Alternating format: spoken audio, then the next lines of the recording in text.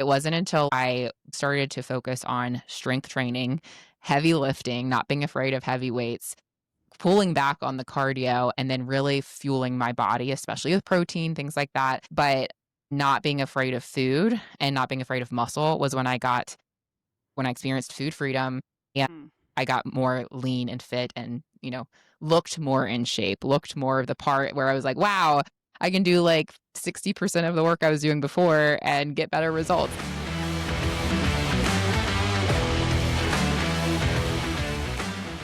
Welcome to Find Your Fuel, the podcast where we bring you stories from women just like you who've overcome different physical, mental, and emotional struggles and found the fuel to live their best lives. I'm your host, Erin Martin, and if you've ever felt stuck in a cycle of binging, restricting, or viewing food as the enemy, or spending hours and hours on cardio without feeling the results you want, then today's conversation is for you. Our guest today is Megan Hardy, who knows this struggle well, having overcome a previous binge and restrict cycle and moved to achieving true food freedom and building muscle. And in this conversation, we're also going to get real about the ups and downs of motherhood. We dive into miscarriages and her recent NICU experience. Megan is also the host of the Muscle Makeover podcast and a founder of Fitness Uncharted, which is a health and fitness coaching company. She's truly an amazing human, and I'm really excited for you to dive into her story today. I love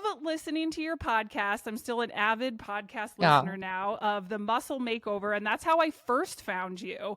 And so I've been listening along to the wild ride that is your journey over the years, and I'm excited to share that with our listeners today. So I was thinking we could start there, if you could just kick it off with that beginning of your story and then the growth from that over the years. Yeah, totally. And thank you for listening to the Muscle Makeover. I I appreciate love you. it. Like we were saying before recording, you're an avid podcast listener, so I appreciate, I made it. But yeah, I started my podcast because of my like revelation of how important muscle is, hence the name, the Muscle Makeover. But that was not always my journey and was not my start. So I actually came from a background of binging and restricting, major cardio queen. Very restrictive. I often use the term food freedom. And did not have that at all. So growing up, I was always very active. Like as a kid, I played soccer, I danced, I did all those types of things. But I really struggled more so when like towards the end of high school and then into college. And that was largely because I was really binging and restricting, and then I was over exercising and under fueling. So I feel like a lot of women's stories with that. And I went to James Madison University is where I got my 4-year degree, and I studied anatomy and somatic studies. And I pretty much learned as much as I could about the human body from like an integrative and functional movement standpoint and perspective. But I was still very much in the cardio queen realm. I did start working also as a trainer there and did like group fitness classes, but I was still very much in the cardio queen days and also just very much under fueling. Like I had was a part of a dance company there too. So I would have my dance classes, and then I would go to the gym and work as a group fitness instructor and teach classes. And then I would jump on the elliptical, and then I would walk all over campus. It was just like way too much activity. And I made up for my binges because of all of my activity, which is not actually a good thing, not how you should do it, right? Not at all. Now that Which we at know. the time, did you know that you were so deficient in under fueling, or was it more your mind telling you, I'm not being good, I'm eating too much, I shouldn't eat this? Like that wasn't correlated at the time for you. I think it was like the I've earned this almost, or Mm, like I can compensate. Like it would be like, okay, well mm, now I've earned my calories, which is not something I recommend, like looking at it that way. yeah. But I was in that place. And then also like I would be so under fueled during the day. So I would binge at night was usually when it would happen for me. And I mean like binges. Like I would go, we had a vending machine in our dorm room or dorm building. And I would go and get like 2 massive honey buns, like 4 bags of Pop Tarts, like 2 bags of chips, and my Diet Coke. Keep it to a Diet Coke, you know? So funny that we do that. I Yeah. still do that though. It's Yeah. bad, but yes. I do actually love a Diet Coke I over. do too. I It love it. hits. But I would eat, no joke, all of that in one sitting and feel physically and mentally ill, as you can imagine, that night into the next morning. And then, but I was like, okay, I'm just not going to eat all day. I'm just going to have me a salad from whatever food, dorm situation I have available. And then I'm going to restrict all day and I'm going to get a bunch of activity in. And so like from the outside looking in, I was like, as far as BMI is concerned, which I'm not a huge fan of BMI either, because it's Yeah, just me looking at neither. your height and weight, not your body composition. BMI Yep. would say I was like not overweight or unhealthy, but I was physically and definitely mentally with my relationship with food. So Mhm. I was what I would say is more the quote unquote skinny fat, where not much muscle Mhm. mass, but lean or skinny, but really no muscle to show for it, and a terrible relationship with food. So that Mhm. was like probably at its climax in college, and then post grad. It's like I had the knowledge of working out, of training, and even some in the nutrition department. But it wasn't until like I post grad really started to focus on strength training, heavy lifting, not being afraid of heavy weights, pulling back on the cardio, and then really fueling my body, especially with protein, things like that. But not being afraid of food and not being afraid of muscle was when I experienced food freedom, and Mm. I got more lean and fit and, looked more in shape, looked more of the part where I was like, wow, I can do like 60% of the work I was doing before and get better results. This is great.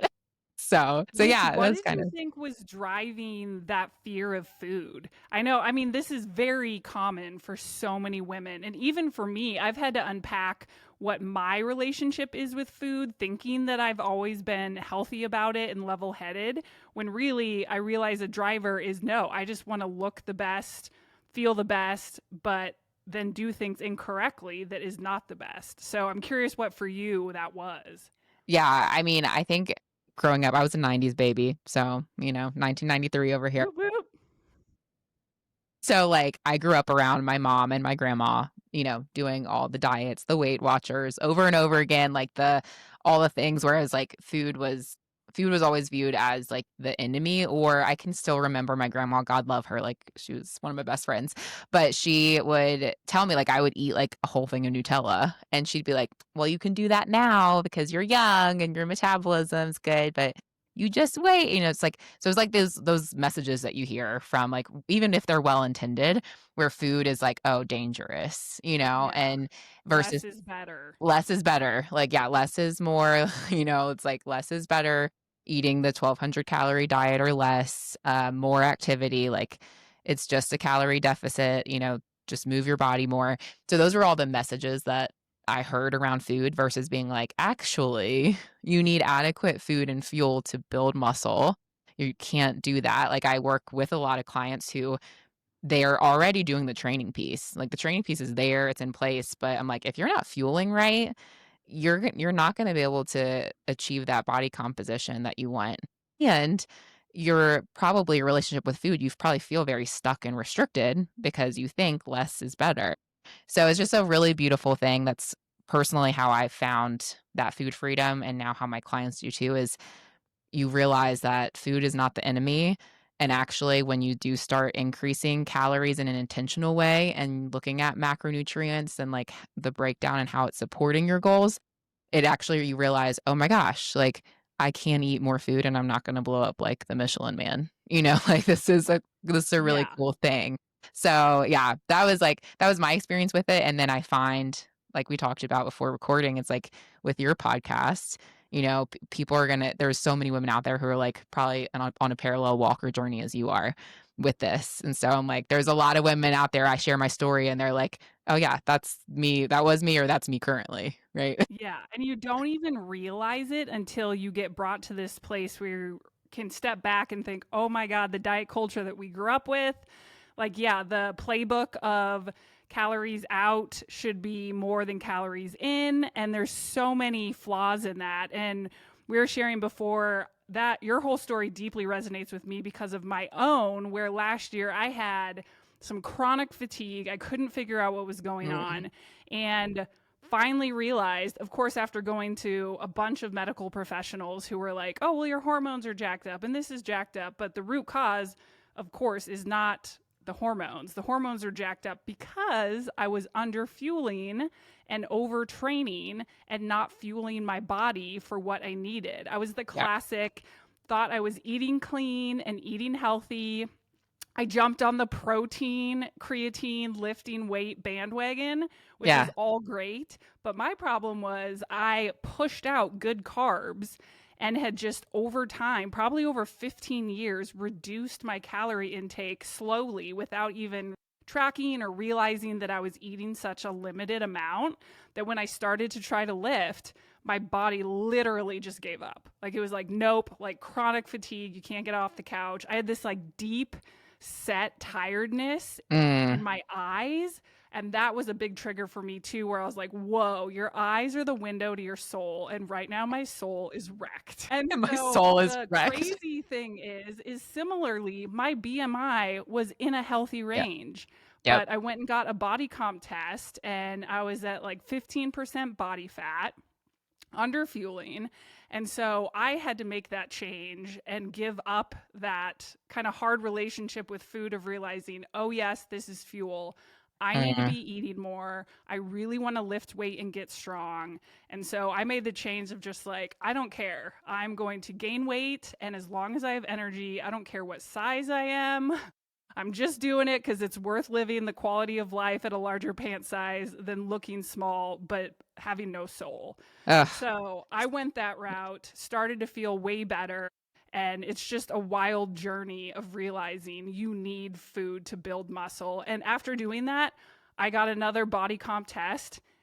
I've gained like 5 or 10 pounds of muscle That's over a awesome. year just So because of good. fueling correctly. And in the past 2 months, picking up some weight, I gained like 3 or 5 pounds just from running, So like just good. actually fueling correctly. It was wild to me. I was like, whoa. And that's Whoa. also why get a body comp test. Don't look at the scale, throw the scale away. Yes, yes. Well, it's funny too. You say when your eyes are the window into your soul, and I'm like the tired and fatigue. I'm like, don't look into my eyes too hard, Erin, because I'm still in that no sleep at night. I have a little baby newborn for anyone who doesn't know, but I'm like, oh Oh, my you're gosh, in it. I'm in it. I'm in it right now. But yeah, no, and even to your point of you got on the bandwagon with protein and creatine and lifting. That's like, especially like a lot of your listeners might be people who, similar to you, like had a strong foundation, have already been doing the thing, working out. And it's like, those are the things that are easier to get on board with. The scariest thing is increasing your food and calories. Like, Yeah. by, that's the hard part for most women. They're like, I can get on board with taking this, some creatine or up in my protein, but like, I'll still keep my calories low. You know, like that's the hard part. But even it's really cool that you experienced muscle gains, even just from get improving your nutrition and even with running. Like running is a form of resistance in a way where you can actually build muscle if your nutrition is supporting that. So that's really awesome. Yeah, and if you heal your metabolism and nutrition correctly, then it should ramp your metabolism so you can burn more when sitting, all these good things where you can eat more and stay, more similar to what you are as opposed to okay, if you're eating, 1600 calories a day, you can't go that like you literally can't go too low. You're going to not have anything to sustain yourself. You can't keep going lower. So, If you you can't are lose already fat. at 1600 calories, I'm like, you don't got very far to go if you want to go into a cut or a deficit. I'm like, you don't have much wiggle room to play with that. When you did your new body scan, you gained muscle. What about your body fat percentage? How did that Oh, I gained some translate? fat. Yeah. I'm at 19, I think 19% now. So 10 pounds of fat. That's a mental trip, people. It Hmm. doesn't sound that bad. I'm tall. So everyone around me is like, I can't even see it. And I'm like, I can see it. I can see it. I can feel it. This is a mental shift for me.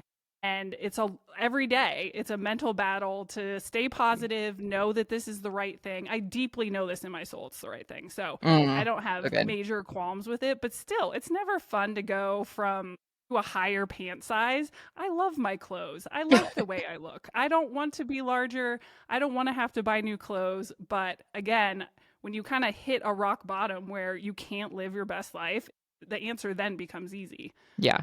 Yeah, absolutely. How tall are you, Erin? 5'11. Okay, okay, you got me beat. That's it. I'm almost 5'9", but I'm like, we do have it. We that's the bonus of being tall girls. It does have plenty of room to spread out. Yes. when we There's a gain lot 10 of pounds. area to work with here. Yeah. When I was pregnant, people would tell me all the time, I would be 8 months pregnant, and they're like, "What the hell? You look 3 months pregnant." And I'm like, I have a large torso and I'm tall. My baby is fine. I mean, I would Yeah. be like shamed for being too small. Even the doctor, when delivering, said something about a small baby. And I was like, not the time, homie. Not the Not the time. time. Not the time. Yeah, no, seriously, they have literally more room. I'm like, "We're not gonna pop the same as our 5'1" friends," you know? Yeah. Like We don't have a basketball like that. So I'm curious for you, going back when you first got into lifting, how did you get into that? Did you just realize I need to pick up some heavy weights? That's a great question, and it's one that I'm like, I don't wanna give him too much credit, but my husband was a big factor in this, in, like, Hey, yeah. in really encouraging me to just, like, lift heavy, like, embrace the pump, like, I feel like even that sometimes when we're like, "Oh, my muscles feel so big," it's like, we just don't wanna feel big, and it's like he's like, "No, it's like, work through that. That's like, blood getting to the muscle. It's a good thing. You're gonna love it afterwards." Like, he was a component of this. He also likes to pretend he's my trainer. And I'm like, you are not my Jillian Michaels. Like, back up. Like that was not the case. But he was a factor in that. And that's when we met at the gym. We started dating. We had a really rocky relationship to start, but then now it all worked out. We're married now, but he was a big proponent in fueling more. He actually, like, we started talking more about like BCAAs and creatine and protein powder, and we both just like, it was this mutual interest. And then we were working out and strength training together and all that stuff. So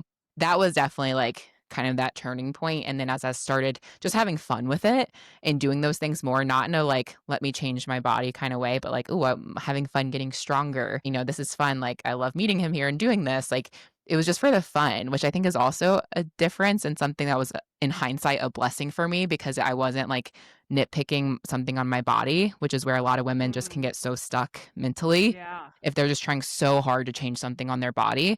I was doing it more so for the enjoyment. I was already like lean, but like the skinny fat, I was like, I didn't love my body composition, especially for how hard I worked at it.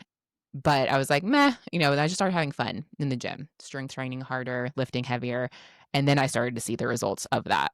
And I was like, okay, There's something to there's this. something to this. And then that's when it's like, now I actually intentionally placed my focus in that and really progressive overload and all the things.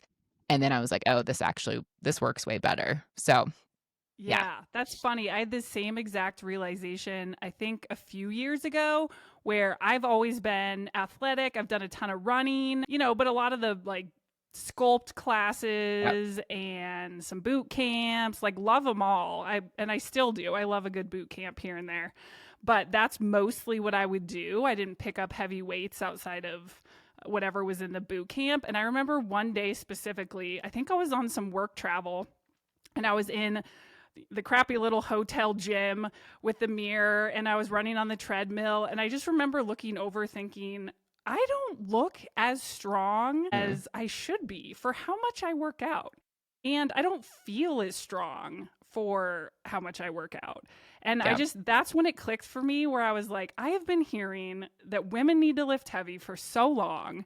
And it's obvious that I have great cardio shape. I can run, and that's awesome. And I love that piece of me too. I don't want to lose it. But it was a big switch in that I want to literally be strong and I Mm, want to look that way too. So I think originally, kind of like you've been saying, there was a driver for the aesthetics. And when you work out for just aesthetics, it's not going to be done right. And yep. it's not a mentally healthy place to be. But then if you actually focus on strength and what your body can do, then aesthetics will follow. Yes, yes.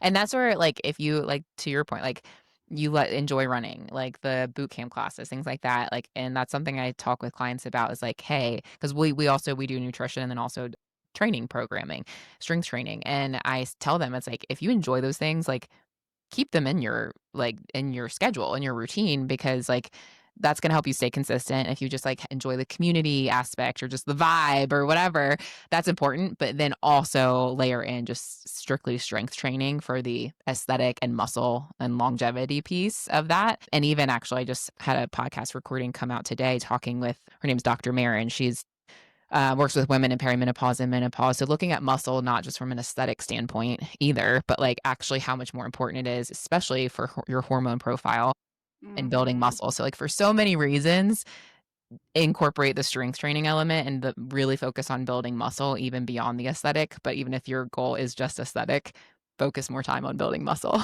So Yeah, good. can't go Yeah. wrong. Yeah, I How can't go did wrong. you start then? Like when you got into it, what were you doing lifting wise, and what would you tell your younger self now that you've probably learned what not to do versus what's good to do? And do you mean like what did I start with, like exercise wise or Yeah, volume wise or all that?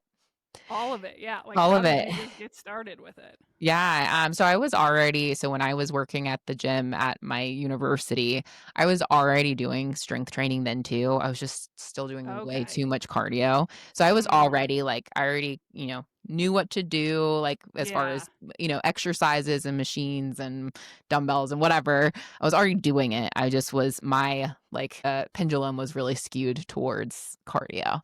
Yeah. So, like, I loved the group fitness classes. I still love a good group fitness class, but it's just for the entertainment purpose for me. I'm like, "Oh, I love a good Zumba class or Yeah. whatever." So, I that's where I started, and I was doing some strength training. I actually can't really recall, like, how many days a week, but it was definitely way heavy on the cardio. And then it was, at post-grad when I started to transition to doing, like, more like 5 days of strength training, which for Yeah. anyone listening, you can get away, depending on what your goal is, 2 or 3 days of strength. It could be Yeah. fantastic. I would say at least give yourself 1 rest day for those of you who, like myself, have FOMO with not working out. At Uh-huh. least give yourself 1 rest day, but, like so maybe it's anywhere from, like, 2 to 5 or 6 days of strength depending on the person. But, yeah, and then exercise-wise, like, the foundational things, I was doing this and probably initially maybe not as intentionally as now, but really the compound lifts. So making sure every workout had some kind of compound lift in it, which is those lifts that are working multiple joints and muscle groups. So things like your squats and your deadlifts and your bench press, pull ups, those are like where you get your most bang for your buck. And that's also where you can Mhm. increase the weight more. So, like, if you're doing a squat, you have a lot of room to keep increasing weight over time versus Yeah. like a bicep curl. I ain't never gonna do 50-pound bicep curls, you Yeah. know? So, it's like I still do those exercises, more of the like single muscle exercises, but really like focusing on compound lifts and then focusing on getting stronger. That's what I would tell my younger self. And then layer in for fun, maybe more of the accessory exercises. But I would throw out Pinterest and whatever is like the new craze. If you really want to be efficient and effective, like those compound lifts is hands down the way to go for sure. Yeah. That's what I folded in and found has worked the best. Initially out of the gate, of course I did it wrong because why not? I just went way too hard and I was working out every day doing either a bike or like I said a yoga sculpt class or running.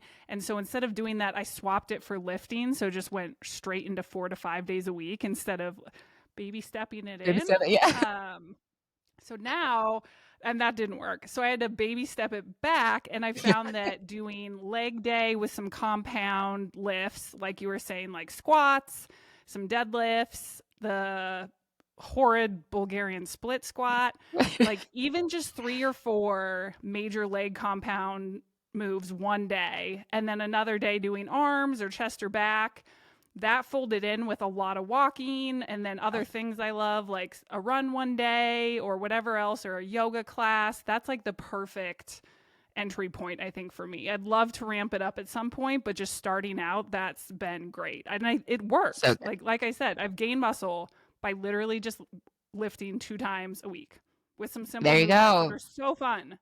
That's Like literally it's your case in fun. point. Like, people always say again, even with strength training, they're like, "Oh, more is better." Not necessarily. Like, you Yeah, can, no. and there's also like 500 ways to skin a cat. Like, there's 500 ways to So build true. muscle and strength train. Like, actually, my coaches who 2 of them who work with me at the Fit U, they prefer like more traditional bro splits, like maybe doing like, okay, legs one day, arms or back and buys one day, whatever, right? I actually do more of like a upper and lower body combination. I'll switch up the muscle groups, but every workout I do something upper and something lower.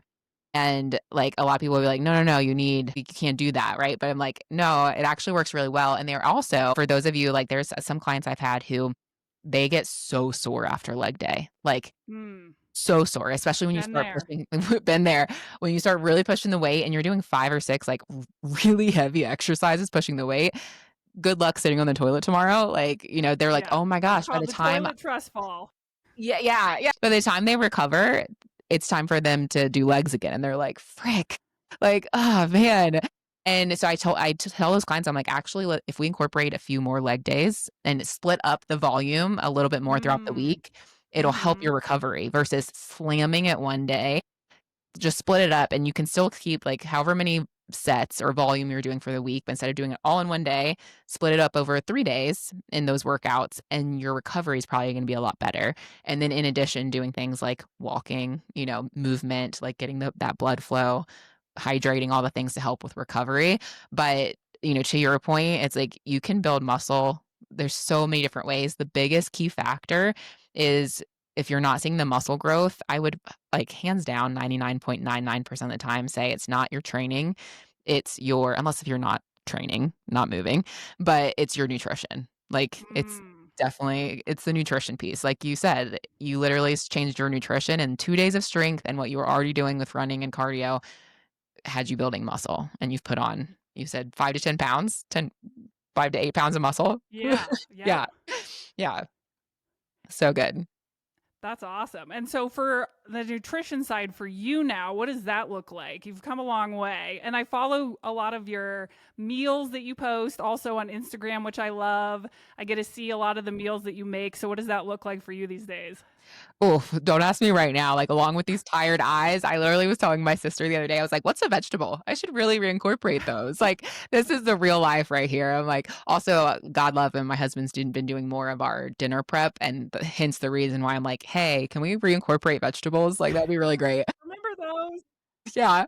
So, do as I say, not as I do. That's the realistic, being real. But, now what I do and what keeps it so simple for nutrition is breakfast and lunches and snacks pretty much the same. Like with some variability. So in the mornings, I'm doing some kind of egg and egg white omelet, some kind of protein oats bowl with collagen. And right now I'm still breastfeeding. So I'm throwing flaxseed and brewer's yeast in that oatmeal bowl.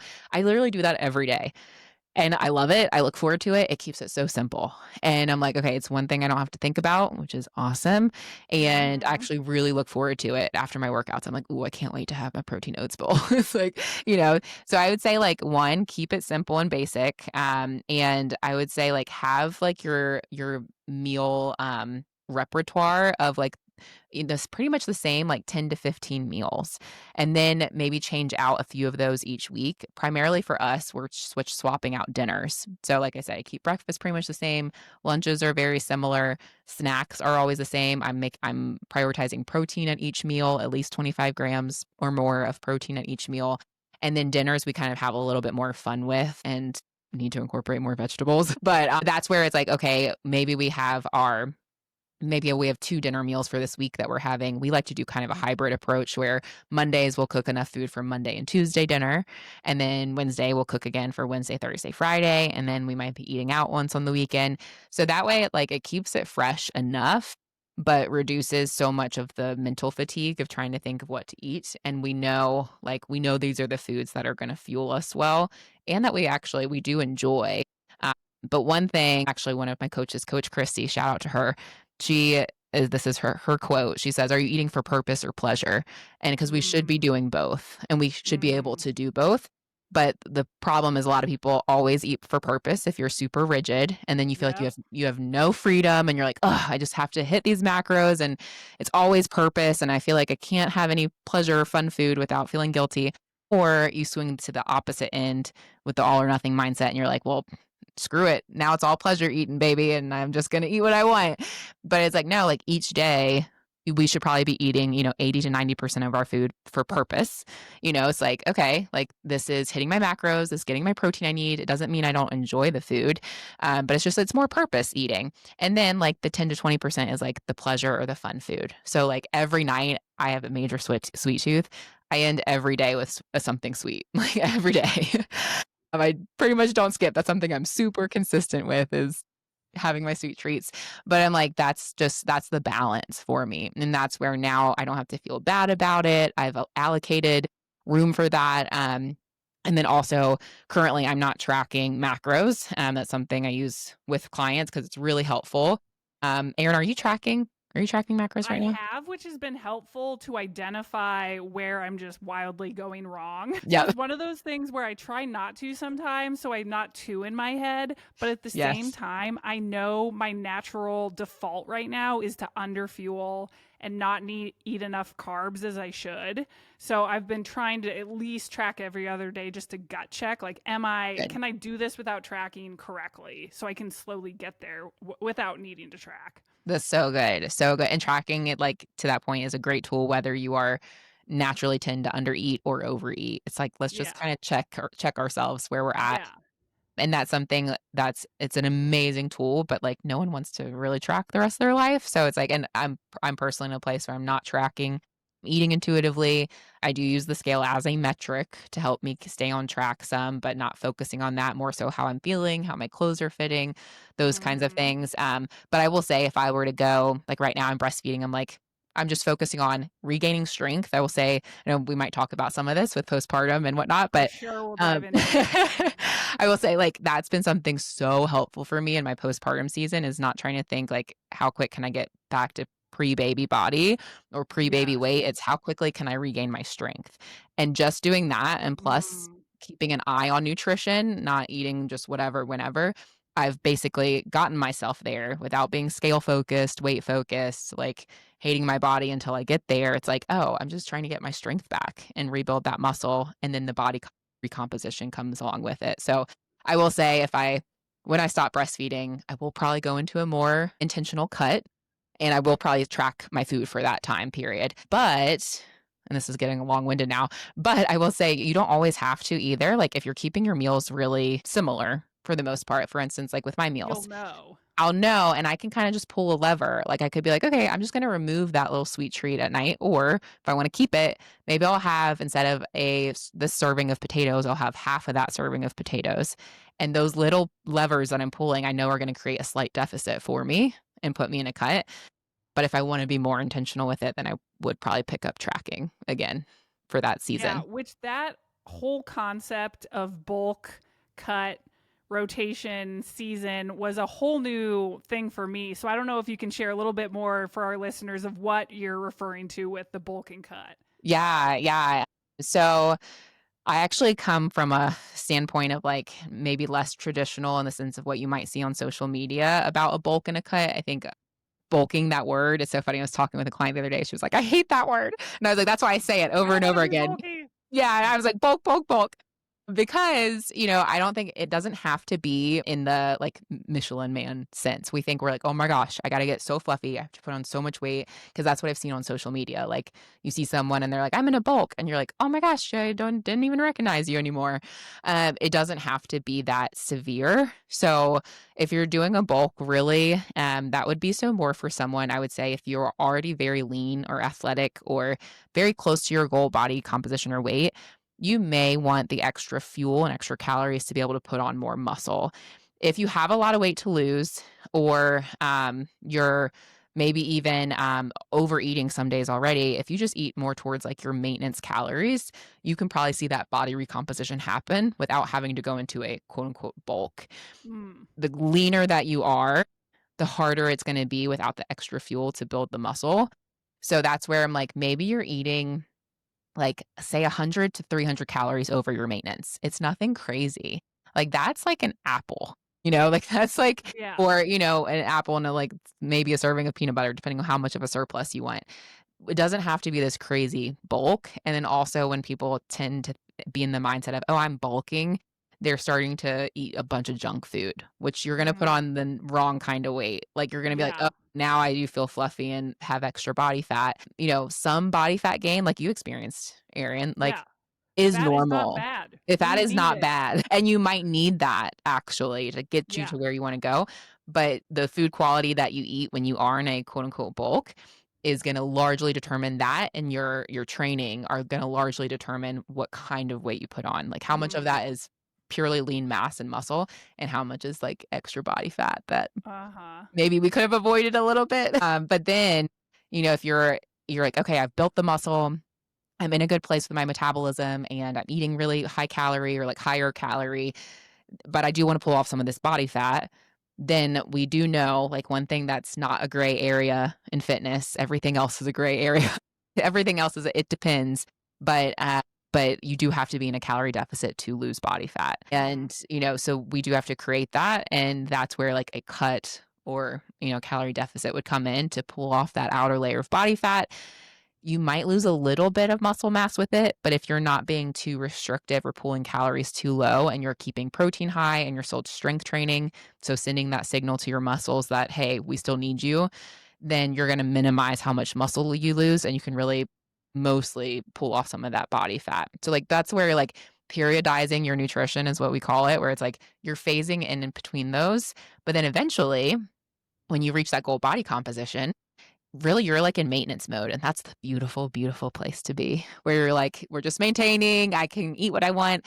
Because I have more muscle on my body, your body actually is better at responding to carbohydrates. If you do have a little extra food one day, your body doesn't respond so negatively the few days following, or you recover faster from that. So it's like a beautiful place to be is at maintenance, but depending on where you're at in your journey, you might have to phase your nutrition protocol to get there.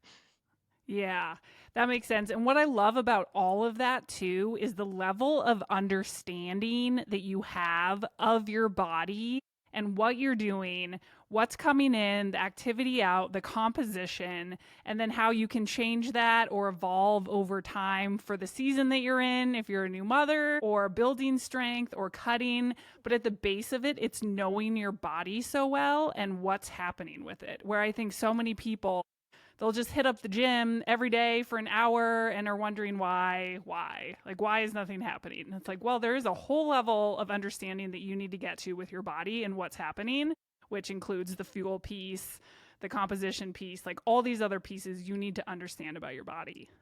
Yes, and that is something, because of, unfortunately, like, the chronic dieting, restrictive just place that a lot of women come from is we've kind of, like, overrode, whatever, our body's system of, like, even hunger cues. So, like, a lot of women Mm, that we work with are underfueling, undereating, and we tell them, "Hey, we actually need to increase calories. We need to get you up to your maintenance. Do a reverse diet," is what it's called, and, they're like, "Wait, what?" Like, "I came yeah, because I wanna get more lean and shredded." And then we're like, "Yeah, so we need to eat more."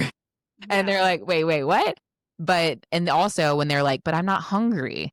And I'm like, "You will be. Just wait." I As we're deeply feel that. Do you deeply feel that? I have experienced that. When I first started increasing calories and good carbs and the protein, I was like, I feel like a stuffed piglet every day.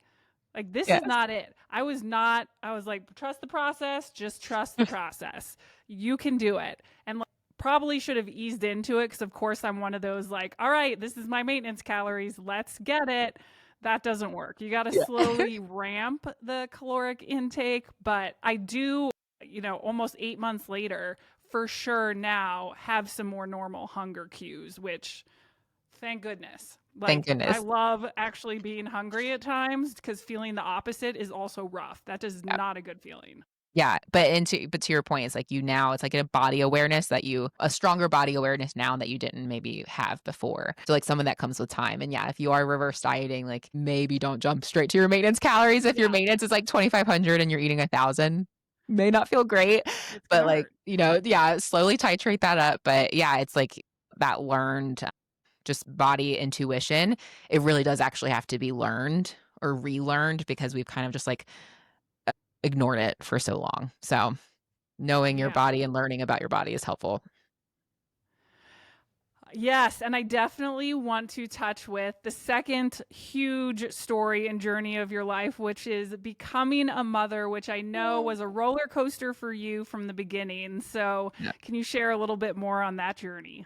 Yeah. So we started, my husband and I, we were actually on the fence about wanting to have kids, initially. And I actually knew, backstory to me, I forget what, testing I got done to know this, but I have a bicornuate uterus. So it's like a heart shape. Mm. uterus and it's got two horns. And it's pretty dramatic. Like it sounds cute. You're like, oh, the heart shape. But I'm like, no, it actually It's can not good. yeah, it can be problematic. But a lot of women also have this shape and don't even realize it. Have perfectly healthy Mm. pregnancies, like may not even know it. But in my case, I did, and I was already on the fence about kids, and at the time, and in my 20s, and I was like, we were dating and then I told him like about my uterus. I was like, I feel like this is something just, as we're dating and talking real life stuff, you should probably know. I don't know if I want kids. And he was like, he was very much, he wanted kids, but then he kind of came around to where we were like, I don't know.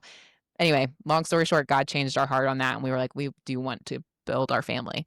Of course, when you make that decision, then it's hard to build your family, like Oh, then you're yes, like, of of course. course, like if we weren't trying, we would have had like 18 children. Yep.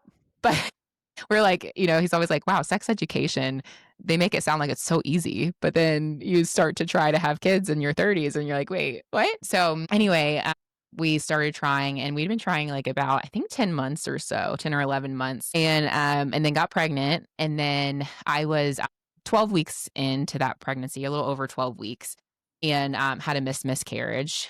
And that baby was Kai. And that really like threw us for a whole loop. No one expects, as you know, it's like you don't ever expect that to be you.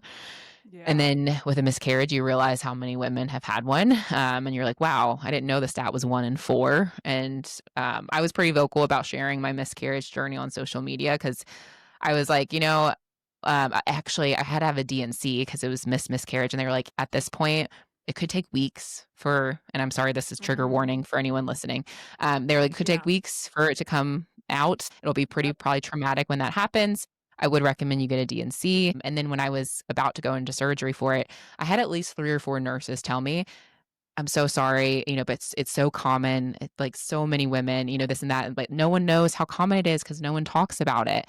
And I was Yeah. like, why aren't we talking about it? I Yeah. was like, that was just like, what? So I was like, I You hear it refuse. after, not before. Yeah, yeah, and I was like, I refuse to be a part of that where I just am not gonna talk about it out of maybe my own and maybe it's like some shame or guilt or whatever of like feeling like I did something or who knows the reason or just maybe you're more private, but I was like, I refuse to exacerbate that.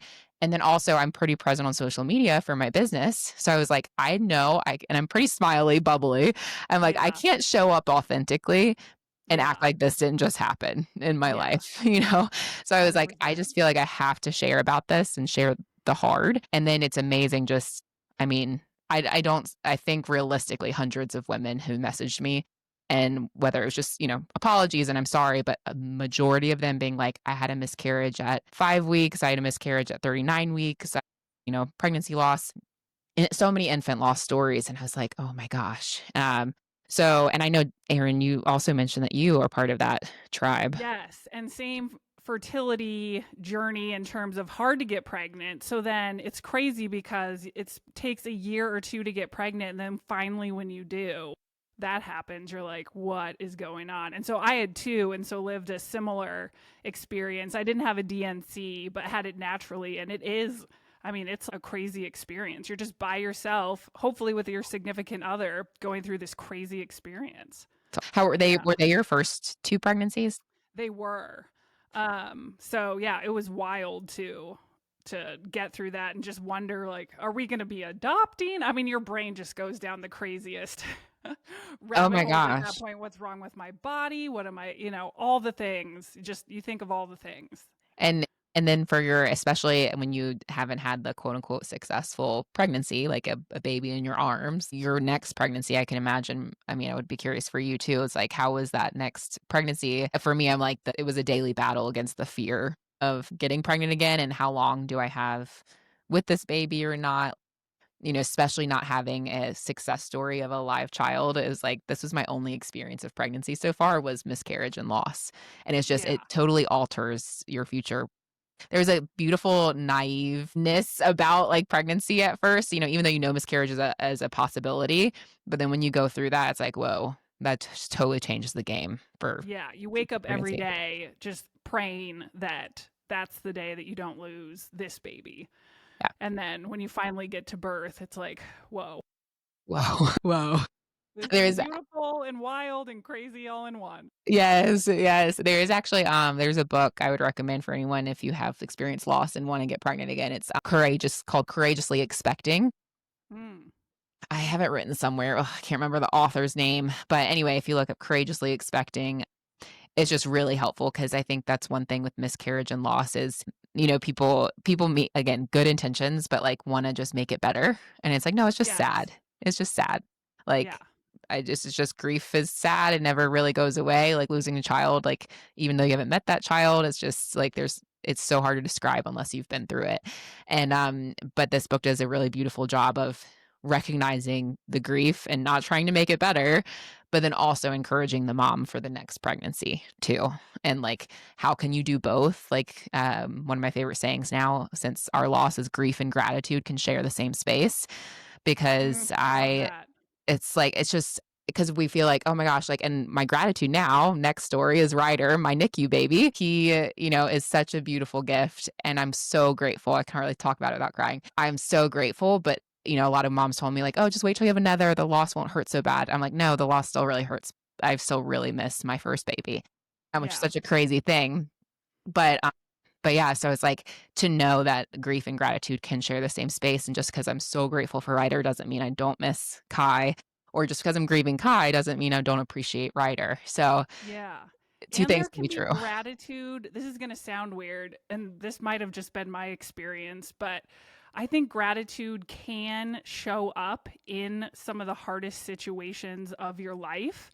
That was a very pivotal moment for me and my character, and being able to be positive and sad at the same Mm, time about what was happening and turning it into something that I could learn from and be just so appreciative of the life I do have, even though there is death involved in it. And mm, this also may be a little trigger warning, but I just remember, I can't remember if it was the first or second, but we went to actually bury the little fetus mm, because I just naturally had the miscarriage, and so mm. I could literally like hold it in my hand, and it was a little gummy bear. Oh my And God. you are never closer to life than when you hold a 10-week-old little baby in your hand. It was the craziest thing. And it was the saddest thing in the entire world. But we went to give him or her a little service and bury him. And I just remember we were in a graveyard to bury this little baby, little fetus, in the kids section of a graveyard. Mm, And so you're walking through tombstones where there's other 1 year olds and 3 year olds that people loved. And it was legit the saddest thing in the entire world. But it took me out of my own grief of just my mhm, own miscarriage to think about, holy cow, there are so many women here with this plot of this section of the graveyard that are here and have experienced what I have. And I just mm. felt this crazy wave of support and emotion and love from so many other, I'm going to start crying I too, know. from so many other women, that it was just such a powerful experience for me to realize, like, wow, this is so rough, but we are not alone. Mm, So many other women have gone through it. I can too. And that gave me the strength to be able to continue and see it not just, you can have the grief take over you with any death. mhm. If it was a parent, a sibling, there's so many situations where grief can just eat you alive. And I'm just thankful that I had that experience to realize I'm not alone. Other women have done this, and so can I. That's so good, and I like that, like, camaraderie, and also just where it's like and even just sharing your story as, like, feel like it's such a healing thing in that, because then it opens up that door to realize, like, you're not alone in it. And I've had some, women reach out and they're like, "I haven't ever shared publicly, I don't know why." I'm like, "That's okay, you don't have to," like, but do get the support, like, whatever that looks like, whatever feels Yes. good, like, and actually, it's funny, Erin, you, were maybe stronger than me in that moment because they offered, and that even this, like, whatever, knowing yourself well enough is important on how you're you process grief, but they offered, for us to do the burial or, service, and they're like, "It's not you don't have to, whatever, it is just, basically you can come, you don't have to," and for us And for me, it was like, it felt too sad for that. I was like, to be around other grieving moms and people. But then on the flip Yes. side, I can totally see how it's like that. No, that was actually like life giving and helped me to like know I'm not alone.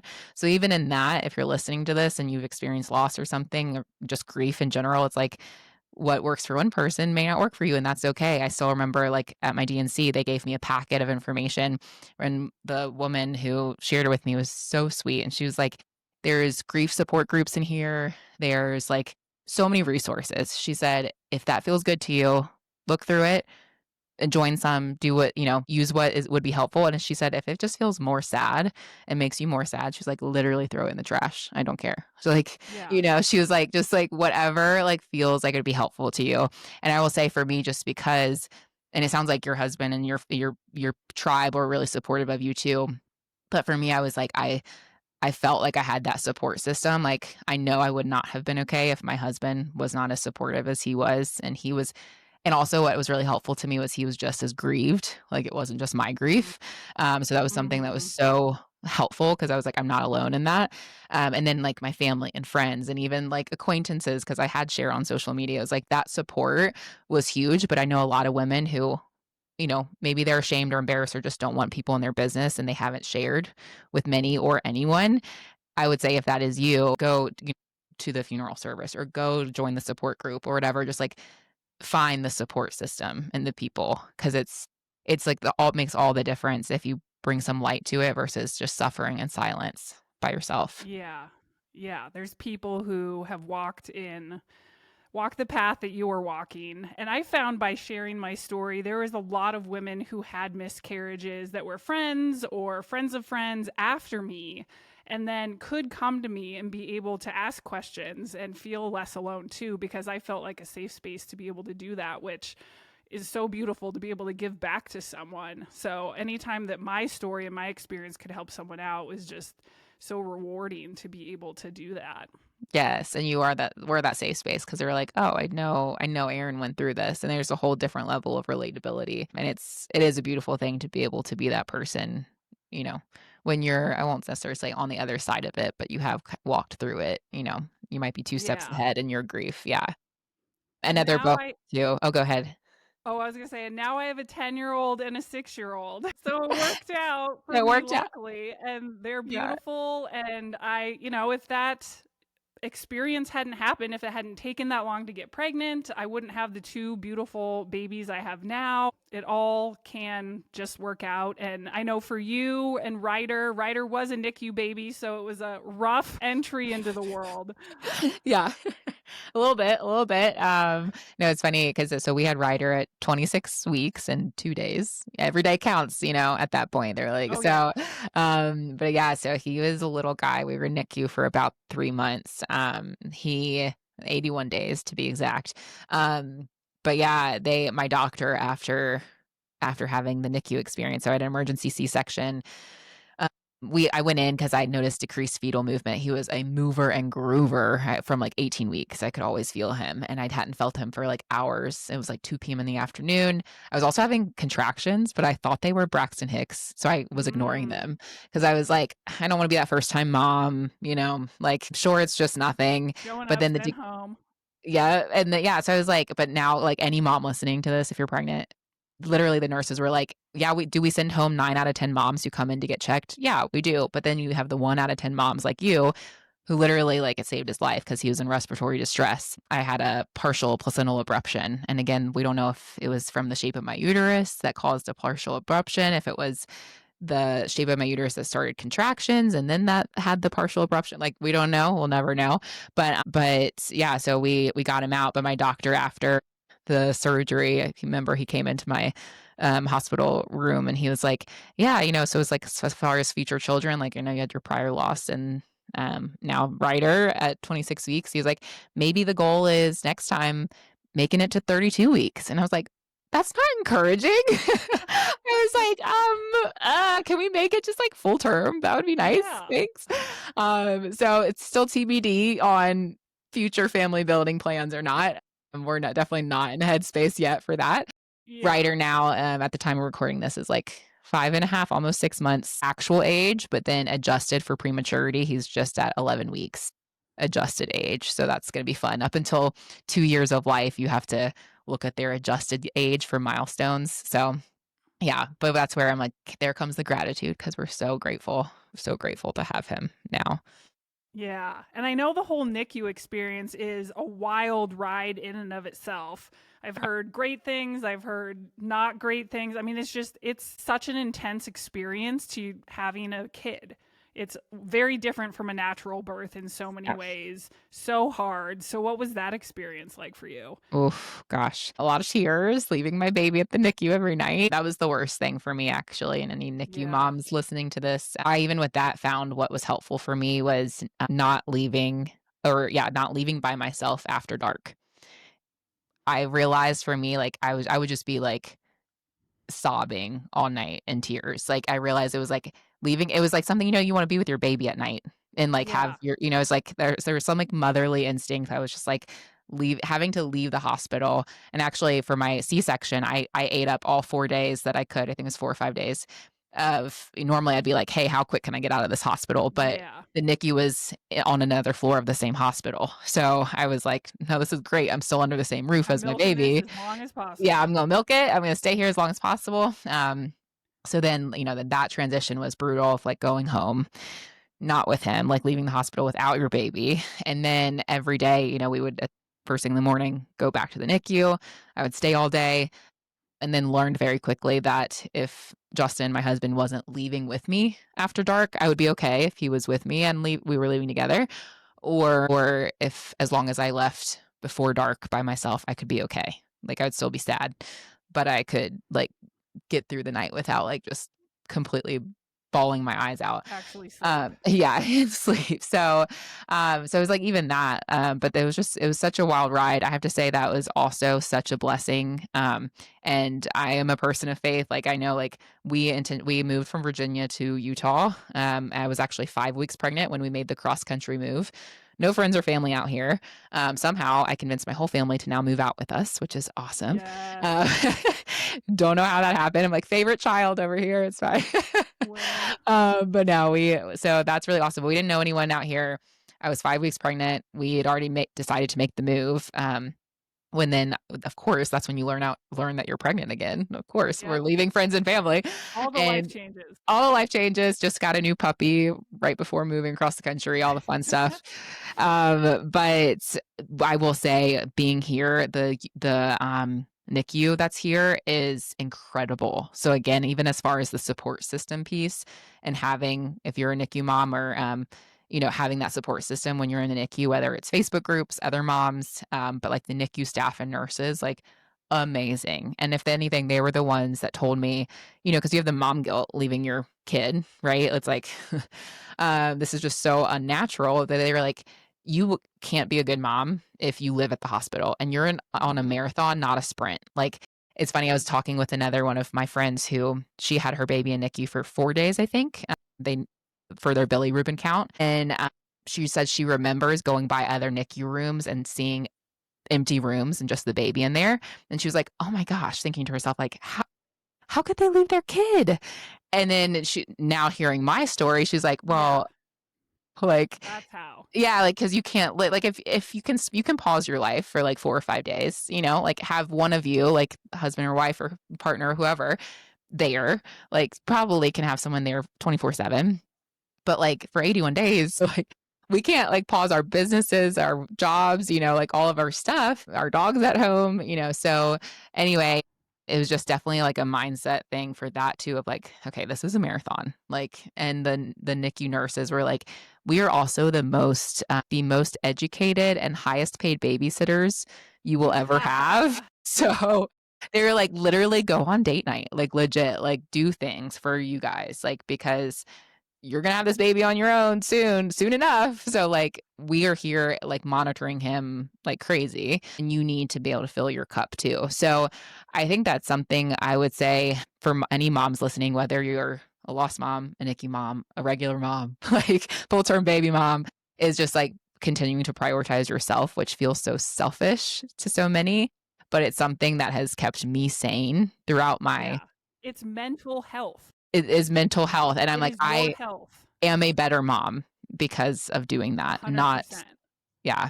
So like through that whole process, there were times where it's like moms might have been like, "Oh my gosh, how did you leave him?" or not stay later in the night. And I'm like, I was doing what like I had to do to for my mental health too. So yeah, it was a wild experience. But he's home now, and we're so grateful. It's so good. And now you're in the newborn stage, so you are, Yeah. like, fully in it. I'm coming out of the blackout and Yeah. enjoying that, but you are in it. In it. Hence the eyes. I'm like, "Oh my gosh." We Which they got look good about, from here. we got about 4 or 5 days of, just one wake up in the night this past week, and I was like, "Yes, I think we're onto something." And now we're back to Oh, at yes. least 2 of the middle of the Teasing night you a feeds. little. Yeah, yeah. So, anyway, but even that, I had to repent the other day because I said some not so nice expletives in the middle of the night when I was just like, "Oh my gosh, I just wanna sleep." And then had to remind myself, this is literally I'm so grateful. Like, my husband gets up in the middle of the night with me most of the time. My baby is here. Like, it's all good. It's fine. But I'm like, 2 things can be true at the same time, moms. Like, you can be stressed and you can be grateful at the same time. So, Yes. And yeah. when you're in it, it's hard to imagine a life when you're not. Yeah. I mean, for me, I got stuck in the, like, "What did we do? This is the Yeah. rest of our lives." And I remember talking to my husband about, I can imagine how someone drops a baby off at a fire department. Like, I get it Yeah. now. You are so cracked out. And Yeah. I would get really down when I just couldn't pull myself out and remember that it will change with the season. It's Mhm. just a period of life when you're really sleep deprived. It will get a little better. It stays just as hard, but in different ways to keep us Yeah. on our toes. But it will change over time. And that's why I love your approach to the season right now. Like, you're in a special season. The one Mhm. of motherhood is one of the most special seasons, but you have to change how you approach fitness, nutrition, mental health. There is a very different approach for that season than a different one. So you have to kind of give yourself grace and figure out what's going to work for that season for you right now. And that's where, like, especially if the all or nothing ladies, which I feel like is a large majority of us, Large or majority. a large majority are perfectionists, which it tends to be that all or nothing. Like, if I can't be perfect, then just screw it. That's where, like, motherhood, like, it just exacerbates that if you let it. Like, it'll either, like, you'll either sink or swim. It's like, and oftentimes that's where also I think kids can kind of become like our scapegoat for blame of like, I can't because it's just like Mm, the kid, whatever. But really they're just highlighting what was already maybe an issue for you pre-kids. Like if you mm, probably already struggled with all or nothing, and now it's just kind of that like ex- easier excuse, even if it's a valid excuse of like why you can't do the thing. And so it's definitely a life lesson of being in this season where it's not gonna look perfect, and, like, I'm a perfectionist, like, so I could very well lean to all or nothing, but I'm like, "Okay, something is always better than nothing." What is that gonna look like today? Like, he in his morning nap might sleep for 5 minutes, he might sleep for 2 hours, I don't know, we're gonna figure it out, but just, like, still prioritizing yourself and then just realizing, like, something is always better than nothing in that season. yes. I Yeah, love that. yeah, Well, Megan, thank you so much for coming on. You were such a light. You were a joy to have in my feed as well because I get to see all the pictures of yeah. Ryder and all your fun tips. So, where can people find you? Yeah, if you wanna be completely blasted with baby content, go to at Fitness Uncharted, fitness, and then UNCHARTED, Fitness Uncharted, and then also I have my podcast, The Muscle Makeover. Love it. Well, thanks Yeah. again for coming on. This was awesome. We could talk forever. I know. I was like, we could. We get long-winded over here. Thanks, Erin. Thanks for having me. Thanks for listening to another episode of Find Your Fuel. I'd love to hear your thoughts on how this story resonated with you and anything else you'd like to hear more of in the future. And if you want to support us, please write a review. It's super helpful in getting new people to discover the show and help other women find the fuel to live their best lives.